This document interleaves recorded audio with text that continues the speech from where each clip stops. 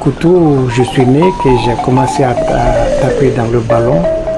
J'avais un grand frère qui s'appelait Paul Keita, qui était un bon footballeur à l'époque et qui m'a initié au football, qui me frappait même quand je n'arrivais pas à faire le contrôle. J'étais petit de taille et j'aimais beaucoup dribbler et je passais souvent entre les jambes des grands. Et quand je suis arrivé à Bamako, on a créé une équipe, le Bayard Football Club de Bamako, dans les années 55-56. C'est une équipe de jeunes qui n'a jamais perdu. C'est le Bayard qui a fusionné avec le foyer du Soudan, qui était le club des indigènes, des Africains, et pour donner naissance au Djoliba Athletic Club de Bamako. Je crois que ça c'est avril 1960.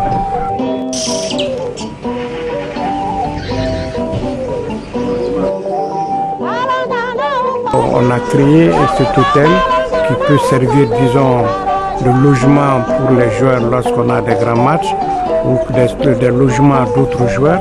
Et c'est quelque chose qui est bien parce que ça aide beaucoup et les clubs et les actionnaires. Le Djoliba est actionnaire principal. L'emblématique président du Djoliba AC, Karunga Keita Dikeke, a été plusieurs fois médaillé. Le président français Jacques Chirac l'a décoré de la médaille du commandeur du mérite national pour service rendu au football français. Il est aussi chevalier de l'ordre national, puis officier du mérite national du Mali. Je ne regrette pas, on m'a proposé de rester à Bordeaux, on m'a proposé le passeport français, non, je ne regrette pas, Je pense que j'ai respecté ce que je voulais faire. Dieu merci. Non, je ne regrette pas, je suis bien. Ça rappelle toujours le sport et vous pouvez lire tout ce qui est dessus et je pense que c'est un rappel de tout ce que j'ai vécu comme footballeur.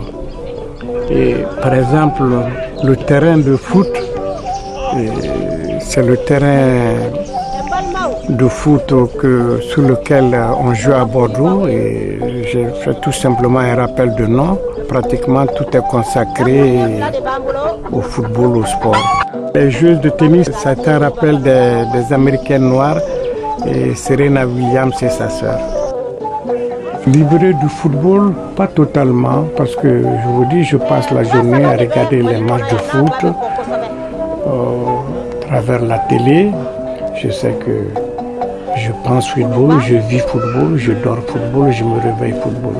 Indépendamment de ce qu'il m'a donné sur le plan matériel, mais c'est surtout une connaissance des hommes, une connaissance du milieu. Et à ce titre, je veux vous citer Albert Camus, le grand philosophe français du XXe siècle. Il a dit ceci: tout ce que je sais de plus des hommes, c'est au football que je le dois. Et moi je vous dirais, je vais paraphraser en disant que tout ce que la vie m'a appris, c'est à travers le football. J'ai rencontré des gens bons, de très bons amis, de très bons camarades, mais il y a également la méchanceté, la jalousie. Disons, ça permet de connaître les hommes. C'est un milieu formidable pour cela.